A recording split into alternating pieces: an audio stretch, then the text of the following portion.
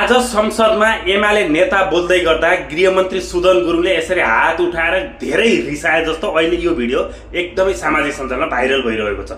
साच्चीकै गृहमन्त्री सुदन गुरुङ पनि एकदमै लामो सास लिएर हात नै माथि गरेर पक्कै पनि एउटा रियाक्सन दिए जस्तो गरेर रिसाएको देखिन्छ।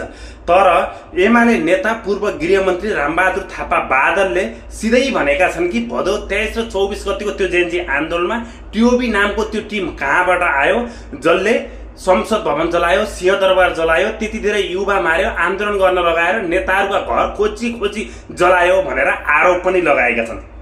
अब एमालेका नेता पूर्व गृहमन्त्री रामबहादुर थापा बादल आफू सही भएको अरूलाई आरोप लगाउनु त पहिला आफूतिर पनि हेर्नु पर्यो।